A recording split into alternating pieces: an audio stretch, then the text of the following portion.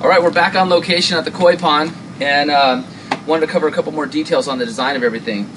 We have 3-foot vertical walls, and then we pitch down another foot down to the bottom drain. So overall depth is 4 foot, and we have these 3-foot verticals, so give more water volume in the pond and give more room for the fish to swim around and get exercise. One thing we did was we used a real standard granite that we get really affordable around here. And then we used a little more exotic stone on the top, angular, a little bit nicer looking, and that helped us keep this job within budget because the stuff below grade is inexpensive and the stuff above grade is expensive.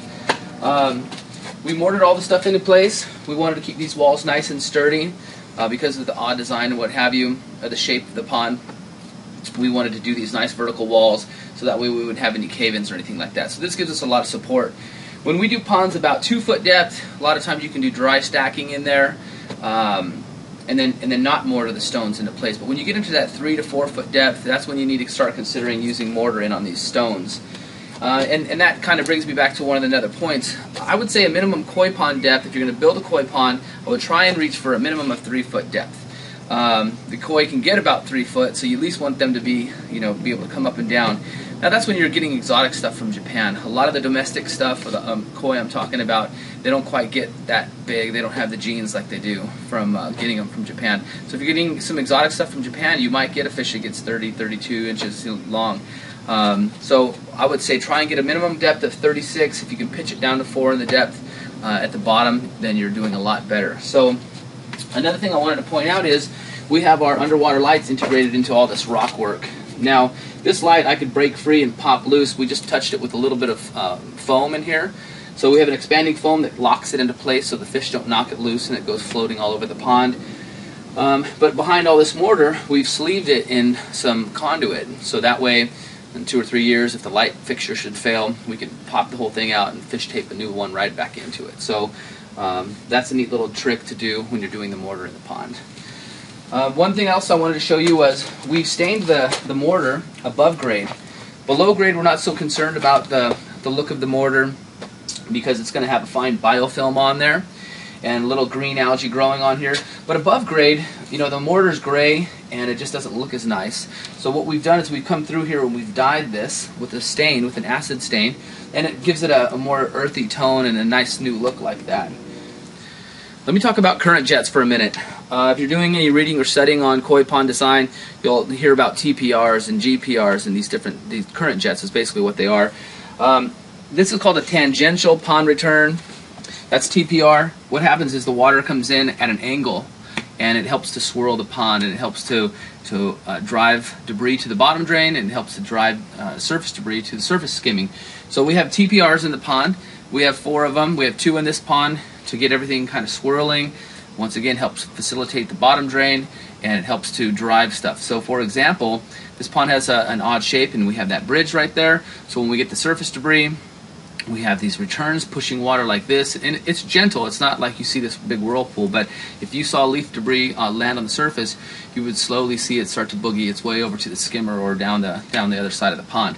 So this one's driving water this way. I have one behind me driving water at me, and then it pushes it down that way and picks up by the skimmer or pushes it into the other section of the pond where the other skimmer can pick it up as well.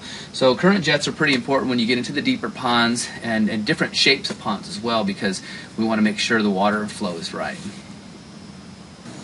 So check out these pipes right here. What we've done is we've painted these pipes. These were all those white PVC pipes and black PVC pipes you probably saw. We've painted them to match the house. Not only does it make it look nice and help blend into the home, but more importantly, it protects it from the UV from the sun. After about 7 years, you'll find that PVC pipe that hasn't been painted for protection starts to become brittle.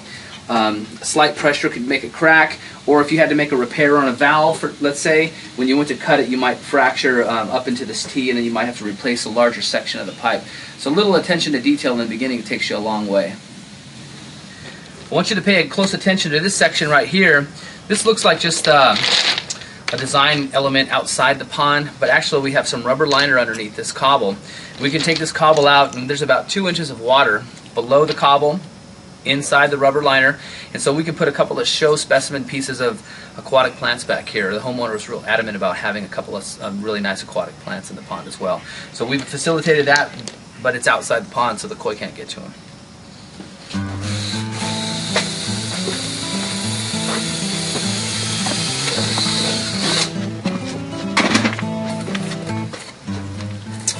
Here we're doing some last minute modifications on this bottom drain. Take a look inside here so you can understand how the air works. The air comes up through this standpipe through the bottom of the bottom drain. And the air actually comes through the top of the dome. We're going to put this air diffuser on the top of this dome.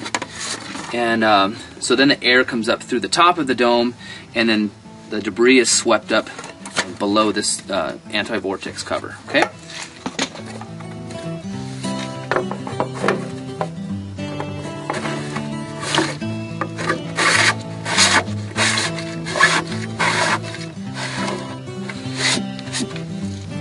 Alright, I want you to take a look at the face of this skimmer. We've mortared everything in place, but in front of the skimmer, these few rocks, we have expanding foam in here, locking everything into place. But do your best to try and disguise the skimmer faceplate. It's really important. Once this gets planted in, you know, this rock covers the top of it. It's nice and sturdy. It's not going to come off. It's just a nicer look when you do it. You don't want to see that black faceplate in front of here. It takes away from the natural feel of the pond. Alright, so if you're getting ready to design a koi pond or have one designed for you, remember the three fundamentals that we've covered. They're really important in your feature. You want to get everything out of the pond, you want to separate solids, and you want to nitrify the water. Okay, so those are the three things you need to remember when you're designing your koi pond, and we'll talk to you again real soon.